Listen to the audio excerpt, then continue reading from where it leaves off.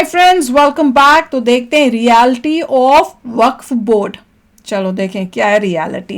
Video शुरू करते हैं। वीडियो शुरू करने से पहले अगर आप चैनल पर नए हो और आपने अभी तक सब्सक्राइब नहीं किया तो जल्दी से पहले सब्सक्राइब के बटन और बेल आइकन को क्लिक कर लो ताकि आपको हमारे सारे न्यू वीडियोस के नोटिफिकेशन मिल जाए जैसे हम अपलोड करें। अगर आपको वीडियो पसंद आता है प्लीज लाइक एंड शेयर। चलिए शुरू करते हैं। और दूसरे दो चैनल्स उनको भी सब्सक्राइब कर लेना, लिंक से डिस्क्रिप्शन बॉक्स में, वहां पे भी आपके रिक्वेस्टेड वीडियोस आ रहे हैं। वक्फ प्रॉपर्टी की परमानेंट ओनरशिप अल्लाह की है, तो इसमें इंसान की बात करने को साफ मना कर दिया।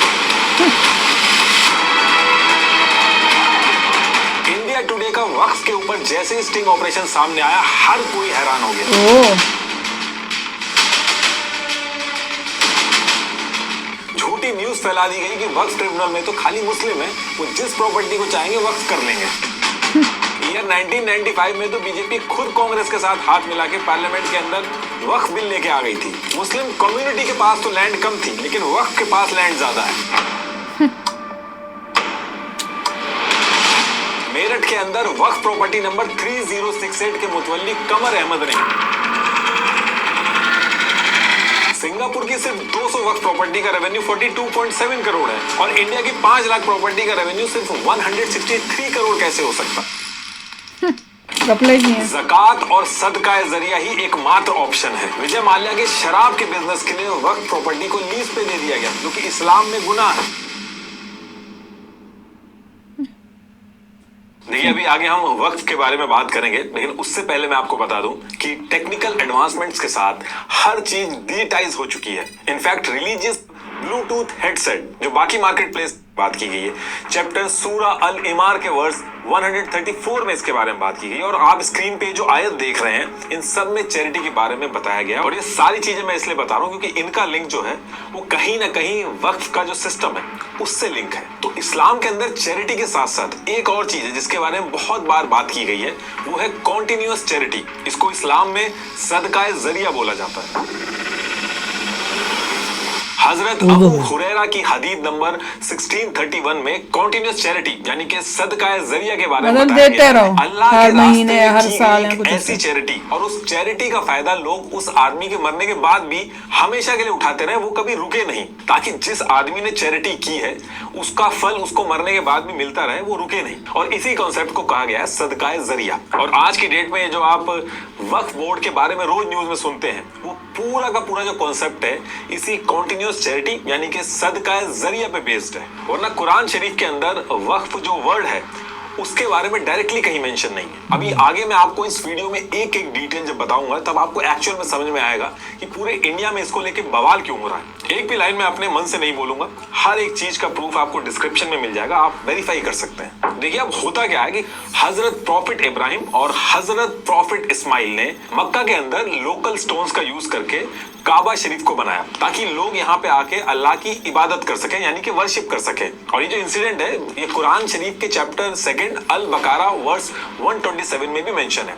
एज इट इज मैं बोल रहा हूँ। तो अब ये जो कंस्ट्रक्शन किया गया था इसके अंदर सदका जरिया यानी कि कॉन्टिन्यूअस चैरिटी जो है, इसके दोनों प्रिंसिपल फॉलो हो रहे थे। पहला, इसको अल्लाह की राह में डेडिकेट किया गया, और दूसरा, आज की डेट तक लोग यहाँ पे आके वर्शिप करते हैं। और यही रीजन है कि काबा शरीफ को लोग सदका जरिया यानी कि कॉन्टिन्यूअस चैरिटी कंसीडर करते हैं। और काबा शरीफ को ही दुनिया के अंदर लोगों ने पहला वक्फ माना। अब आपका ये क्वेश्चन हो सकता है कि वक्फ जो वर्ड है उसका क्यों यूज किया गया, कुछ और क्यों नहीं बोला गया? तो थोड़ा सा वेट करिएगा, अभी एक एक चीज आपको समझ में आ जाएगी। बाकी कुछ हिस्टोरियन बिरकत हबास जो कि एक तालाब है उसको भी पहला वक्त मानते हैं, लेकिन मोस्टली जगह अगर आप सर्च करोगे तो काबा शरीफ को ही पहला वक्त माना गया है। बाकी ये जो चीजें मैं आपको बता रहा हूँ इसको आप अगर सर्च करोगे तो कई कई जगह पे दो दो पॉइंट ऑफ व्यू मिलेंगे।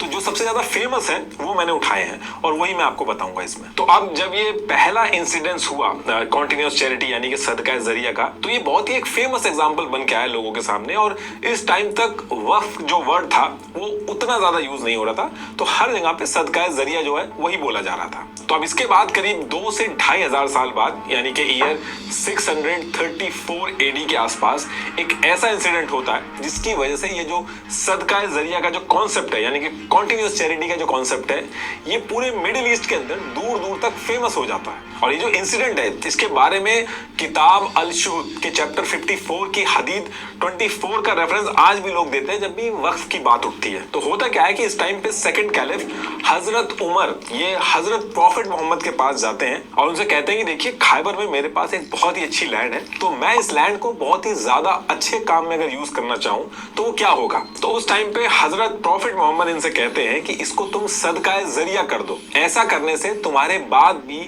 लोगों को लैंड से फायदा होगा। मतलब कि तुम इस लैंड को प्राइवेट यूज से रोक के अल्लाह के नाम पे सदका जरिया कर दो। इससे होगा ये कि इस लैंड को ना तो सेल, ना गिफ्ट, ना डोनेट, ना ही विरासत में किसी को दिया जा सकेगा और इस लैंड को सिर्फ पब्लिक वेलफेयर में यूज किया जाएगा। मतलब कि इस लैंड से जो भी प्रॉफिट होगा उसे पुअर, स्लेव्स, गेस्ट, ट्रैवलर्स जो होंगे उनके लिए यूज किया जाएगा और ये जमीन जो है वो प्राइवेट यूज से हटके अल्लाह की हो जाएगी और तुम्हारे बाद भी कॉन्टिन्यूअस चैरिटी होती रहेगी, जिसका फल जो है वो तुम्हें दुनिया से जाने के बाद भी कॉन्टिन्यूअसली मिलता रहेगा। तो वक्फ प्रॉपर्टी का जो पूरा कोर है वो इसी कॉन्सेप्ट पे डिजाइंड है। अब ये जो इंसिडेंट था इसके बारे में दूर दूर तक बातें हुई। लोग एक नॉर्मल चैरिटी से ज्यादा इंटरेस्टेड थे कि कॉन्टिन्यूअस चैरिटी करें ताकि एक बार बेनिफिट मिलने की बजाय कॉन्टिन्यूअस बेनिफिट मिलता रहे। तो पूरे मिडिल ईस्ट के अंदर ये जो सदका जरिया है ये एक ट्रेडिशन बन गया। इस रीजन में अरब्स रहते थे जो अरबी बोलते थे, तो अरबी में एक वर्ड है वकूफा,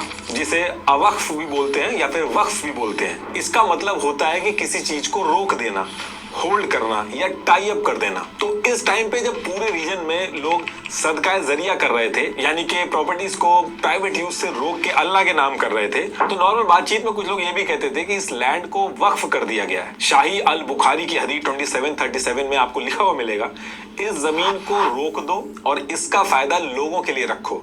तो ये जो रोक दो वर्ड है, कुछ लोगों ने इसको ही वक्फ कर दो से जोड़ा। तो इसके बाद आने वाले 20 से 25 साल तक पूरा ये जो रीजन था मिडिल ईस्ट का, यहाँ पे सदका जरिया यानी कि कॉन्टिन्यूअस चैरिटी जो थी वो बहुत ज्यादा फेमस हो गई थी, ट्रेडिशन की तरह यूज हो रही थी। अब ये चैरिटी तो हो रही थी लेकिन इसमें मिसमैनेजमेंट बहुत था, कोई ऑर्गेनाइज स्ट्रक्चर नहीं था। लेकिन सेम टाइम पे क्या था कि पर्शियन, इजिप्शियन और जूस जो थे उनके यहाँ पे जो चैरिटी हो रही थी वो एक ऑर्गेनाइज तरीके से हो रही थी। उनके पास एक ऑलरेडी ऑर्गेनाइज स्ट्रक्चर था जिसमें वो एक सिस्टमैटिक तरीके से चैरिटी कर रहे थे। जैसे पर्शिया के अंदर लोग अपनी रिसोर्सेज और जमीन को एक सिस्टमैटिक तरीके से होली फायर टेम्पल के ऑपरेशंस के लिए डोनेट कर रहे थे। वहीं इस्लाम के अंदर जो चैरिटी हो रही थी उसका कोई ऑर्गेनाइज स्ट्रक्चर नहीं था। अब इसके बाद क्या होता है कि करीब 20 से 25 साल बाद यानी कि ईयर 661 एडी में पूरे रीजन में उमैयद डायनेस्टी जो थी वो एस्टैब्लिश हो जाती है, जिसकी वजह से इस्लामिक एम्पायर जो था वो बहुत ही पावरफुल होता है इस रीजन में। और इस टाइम के कैलिफ मुआविया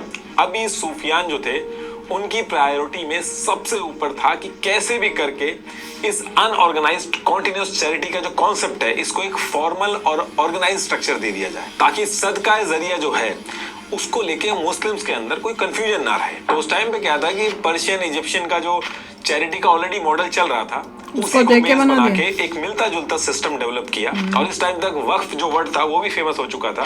तो इस पूरे सिस्टम को नाम दिया इन्होंने वक्फ सिस्टम और इस वक्फ सिस्टम को पूरी ह्यूमैनिटी के लिए बनाया गया था, सिर्फ मुस्लिम्स के लिए नहीं बनाया गया था। लेकिन आगे चल के ये चीज चेंज होगी। तो ये जो पूरा वक्फ सिस्टम था इसको कैलिफ अबी सुफियान ने डेवलप किया और कुछ ही टाइम बाद अबू सुफियान जो थे वो जब आए तो उन्होंने इस बनाए हुए वक्फ सिस्टम के लॉ को डिफाइन किया। जो इंटरेस्टिंग बनाया किस पर्पस से था और इसमें मेन इंपॉर्टेंट पॉइंट नोट करने का है कि किसी की अपनी ज़मीन है वो डोनेट करना चाहता है तो वो डोनेट कर दे।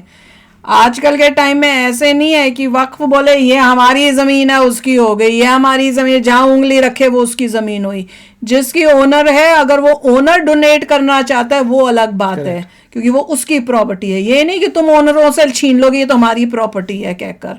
तो वो डिफरेंस था। और ये बता रहे हैं कि उस टाइम जब बना था तो वो चैरिटी वो जो थी जो कर रहे हैं तो वो आप खाली ये नहीं, आप पूरी ह्यूमैनिटी के लिए उसको जो है यूज़ कर रहे थे। हर एक इंसान जो भी ज़रूरतमंद है, गरीब है, उसके लिए। देखिए और अब देखो क्या उसका हाल। मोदी जी ने काफ़ी कोशिश की थी कि वक्फ बोर्ड के ऊपर अमेंडमेंट्स आए, मगर क्योंकि पूरी मेजॉरिटी नहीं मिली और अलायंसेस हैं तो इसके थोड़ा पीछे होना पड़ा। होप ये है कि अगली बार ऐसा सक्सेसफुल हो जाए क्योंकि वक्फ में बड़ी प्रॉब्लम्स नज़र आई हैं, ओवरसाइट की ज़रूरत है। देखना पड़ेगा कि ऐसे इतनी पावर किसी में नहीं होनी चाहिए तो कोई भी डिक्लेयर कर दे मेरी तो उसकी हो जाए, ऐसा नहीं होना चाहिए। ऐसा बनना ही नहीं चाहता। This is not equality, this is not secularism. और जहाँ पर भी अभी नजर आ रहा है कि डिस्प्यूट हो रहा है किसी भी टेम्पल का, जहाँ नजर आता है टेम्पल पहले था उसको तोड़ के मॉस्क बनाया, वहाँ वक्फ बीच में आके अपने लॉयर्स लाके अपनी पावर जो है वहाँ एग्जर्ट कर रहा है। उसको तो वक्फ को तो पूरा खत्म कर देना चाहिए। तो चलो यार, अभी शेयर करना अपने थॉट्स। चलते हैं, मिलेंगे नेक्स्ट वीडियो में बहुत ही जल्द। Till then take care and bye bye. तो अगर आप मेरे इस चैनल पे नए हो तो जल्दी से सब्सक्राइब के बटन को हिट करो और बेल आइकन को क्लिक करो, ताकि आपको मेरा जब नया वीडियो मैं लगाऊं आपको उसके बारे में जल्दी से पता चल जाए।